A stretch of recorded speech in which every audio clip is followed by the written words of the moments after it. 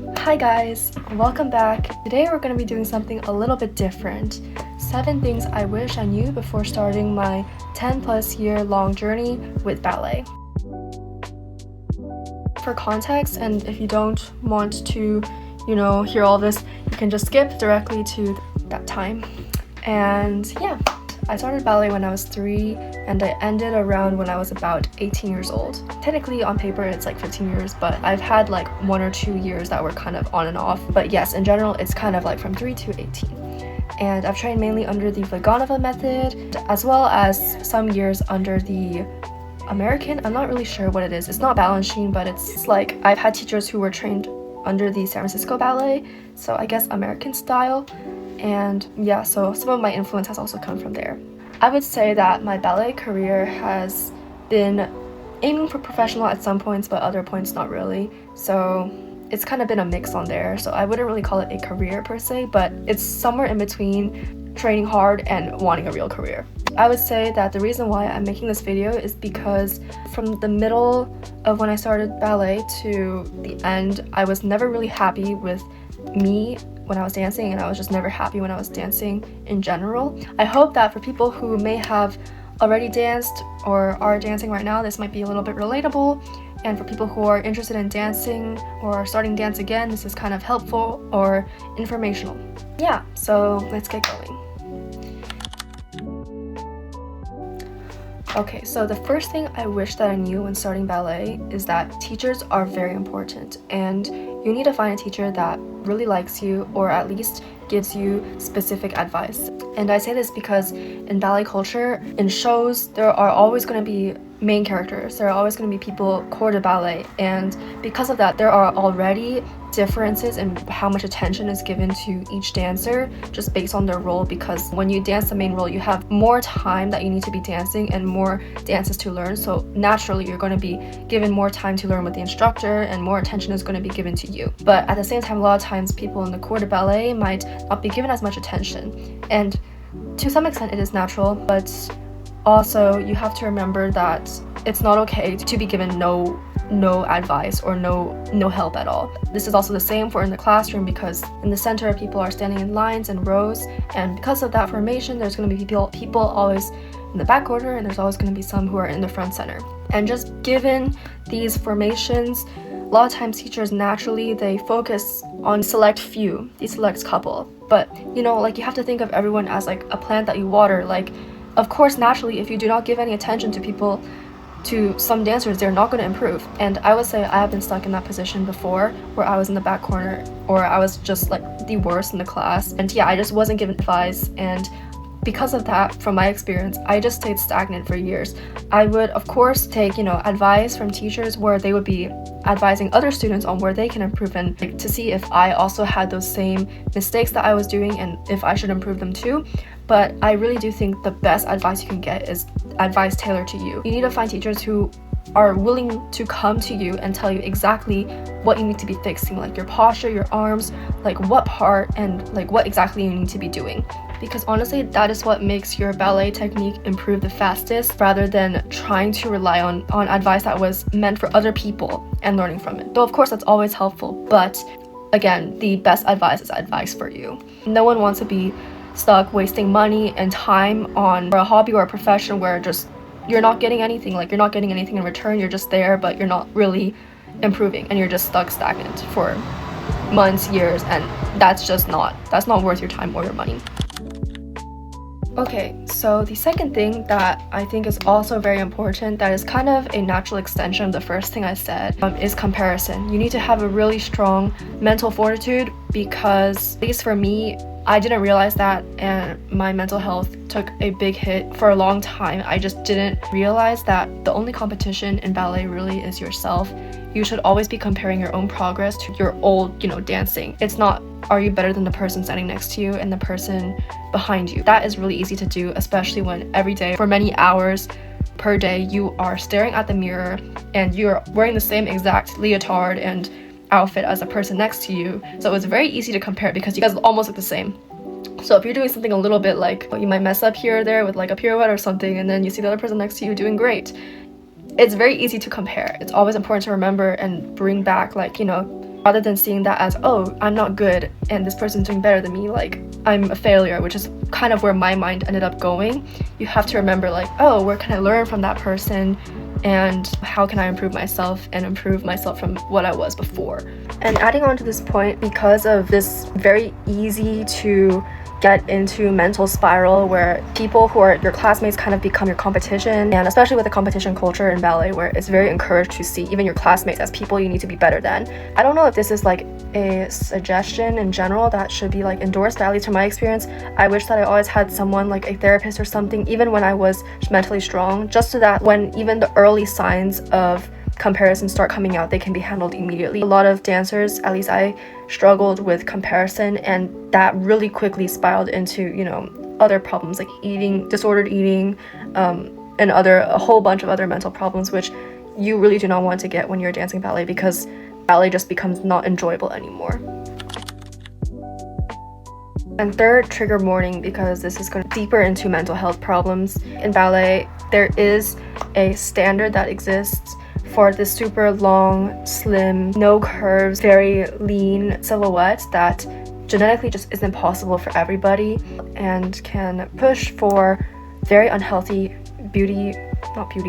dance standards. I guess it's beauty, aesthetic standards. I personally, for a long time, I really wanted that lean, like just like stick, like silhouettes, and that was not the healthiest time of my life. As I said, from comparison, it can spiral into mental health problems, and I unfortunately did venture there, and I ended up having a lot of disordered eating habits, like throwing up or getting yo-yo weight, where I would try to like stop myself from eating as much as I can, so I would like lose 15 pounds, 10 pounds at a time just for me to binge, because it was unsustainable. Because, you know, you're dancing ballet, that takes a lot of energy and you need to keep yourself energized, and I would gain that back and sometimes even like more.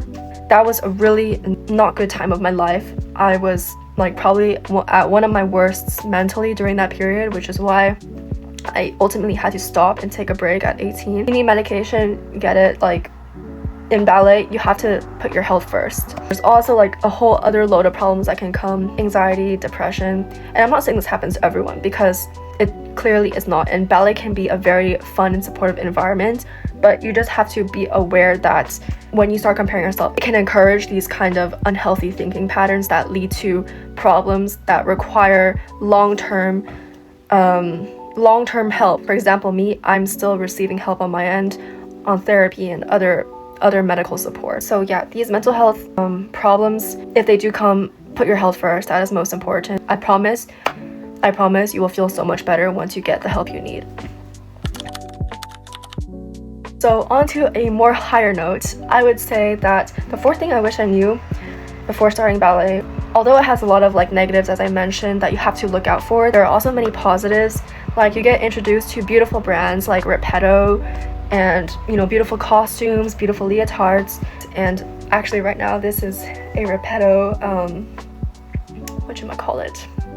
pink cover up. I don't actually remember how to call it anymore, it's been a while, but I wear it. But before all of that, you have to know that at least if you're going to ballet to improve your ballet skills and not really just for the aesthetic, tutus and leotards and clothes, they all add up, and they could all be money that could be spent into private lessons with master ballet teachers and great ballet teachers. Yeah, so for example, I have a tutu, I'll show you, that costed more than $1,000. More than $1,000. It's beautiful. I wore it to a competition.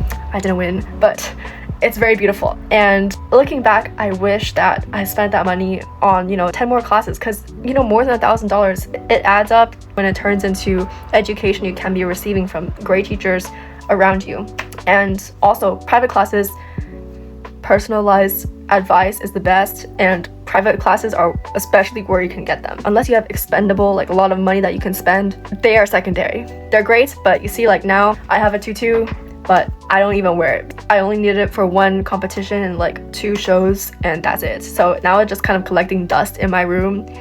I'm hoping one day I can like put it on display or something. I don't know, but like it's been under my bed for like 3 years, and yeah. But it definitely brought many memories. And I think that if you have money to spend, it's also a great purchase at the same time, because a lot of them, they're custom made, they're works of art, they're handmade by craftswomen from Russia or craftsmen from Russia. or like Japan and Korea. So I do think that for anyone who receives one, it's beautiful. Like, I look at my tutu all the time, but objectively, I could have spent it on more education that could have improved my own ballet skills.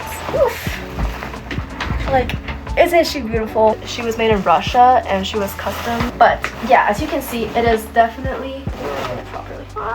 You can see all the hand embellished rhinestones and details that were put into this masterpiece. Very beautiful, very expensive. So it's just kind of collecting dust, and looking back, like, you know, maybe I could have got my extension a little bit higher using that money, but it is very beautiful. So I guess it's more like priorities, whichever one you prefer spending on. Personally, looking back, I think that money could have been spent elsewhere. I wish I had some kind of anatomy course, or at least anatomy lesson that taught me more about my body before dancing ballet. From my experience, a lot of teachers, they use metaphors or descriptions that are not the most anatomically precise vocabulary to know exactly what muscles you should be using. Lift your torso, or like squeeze your butt, or lengthen XYZ. These words are all very helpful in helping you imagine and like visualize, you know, what you should be doing, but I think a lot of times it's also not necessarily the most clear.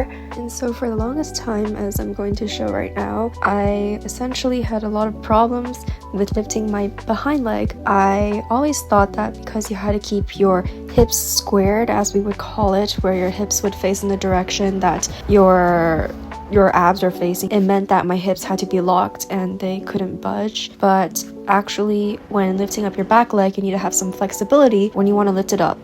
And because I didn't realize that, I was just never able to get my back extensions really high. As a result, I couldn't even strengthen those muscles. So when I did realize that, it took a long time to catch up. And yeah, so just looking back, knowing some anatomy would have been at least the littlest bit helpful, as I wouldn't be attempting these impossible anatomically to do movements that were just essentially wasting my effort and time when I could be doing them much more efficiently. Also, I think it would have made ballet much more understandable. Yeah, I think that would have made my life a little bit easier. Time commitment. Ballet takes a lot of time, especially if you want to be good at it. It's literally almost every day, and it's hours. I've been doing ballet since I was 3, so it's kind of always been in my life, so I never felt like I lost anything. But looking back, I really have missed a lot of birthdays, hangouts, sleepovers, and I do a lot of times wonder, like, you know, what my life would have been, like what kind of friendships I could have formed and what kind of human connection I could have formed outside of ballet had I had time to spend with my classmates and my after-school buddies, because I was also born in an Asian household, so I had like math tutoring and whatever. But no, it was always just math tutoring directly to ballet, you know, piano classes, and like no time to hang out with other people. And that's a trade-off that you have to realize you might have to take if you're considering going really into ballet. Yeah, unfortunately, it's really hard to become good at it without time and effort put into ballet. And I think that's true for a lot of things. If you want to get really good at something, you have to put time and energy and money. I wish sometimes when I was younger that I was told that. I remember also I was very sad a lot of times when I realized I couldn't go to my friend's sleepover. I've never actually had a sleepover before, so yep. Yeah, so that's also another thing to look out for. Okay, so number 7, and the last thing I want to add is ballet never leaves you. I think this is one of the most important things, at least for me, because it really is true. No matter how many times I've left, or no matter how many times I felt like I had to prioritize other things, in the end, after going into ballet, it really becomes a way that you express yourself. Who knew like an allongé can, you know, make you feel so like, you know, like woo, like I feel so like feminine when I dance ballet. And I think I can't really explore that side as much with some of my other hobbies that I do, like learning languages, or like even like trying a bunch of food, you know. And I'm really grateful to ballet because I really do think it makes you explore these other parts of your personality and of yourself that you just didn't know was possible before. This exploration that ballet provides, it's really hard to find elsewhere, which is why I think I keep coming back. And even now that I'm an adult in college, I have still gone to like the Washington Ballet to take ballet classes, and now I'm back into ballet at my own school, and I'm really excited to continue. I've learned to appreciate the arts and the beauty in movement. When people walk and people talk, I'm able to appreciate when someone just carries themselves with this lifted posture. You know, I don't know the anatomy, but I feel like I could watch that all day. And of course, also like brands, I'm still in love with Repetto. I'm still following these ballet stars because they were my childhood like idols. Maria Kareva, Svetlana, Zakharova, and many others. And it also brings you a great community. I had a period actually where I was just really shy. It was also during the period where I was like struggling the most. But before that, when I was in a different school, some of the best friends I've made were there. A lot of them I don't talk to anymore, but it's honestly like one of the best feelings when it feels like everyone in your class, you guys are all like a community. Your friends, you guys are all like working together to make like the ballet that your school is working on, your academy is working on, your company is working on, like the best it can be. And it's awesome seeing each other grow. When you're young, like seeing each other get pointers for the first time or just doing some like really weird dances like in like tutus or whatever. That's just like those small moments that you just don't really forget and you still carry with you. And yeah, these are the 7 points that I just thought were interesting to share. And let me know if they're relatable to you or they helped you in any way. And yeah, see you guys next time, and let me know if you guys want to hear more about my ballet journey.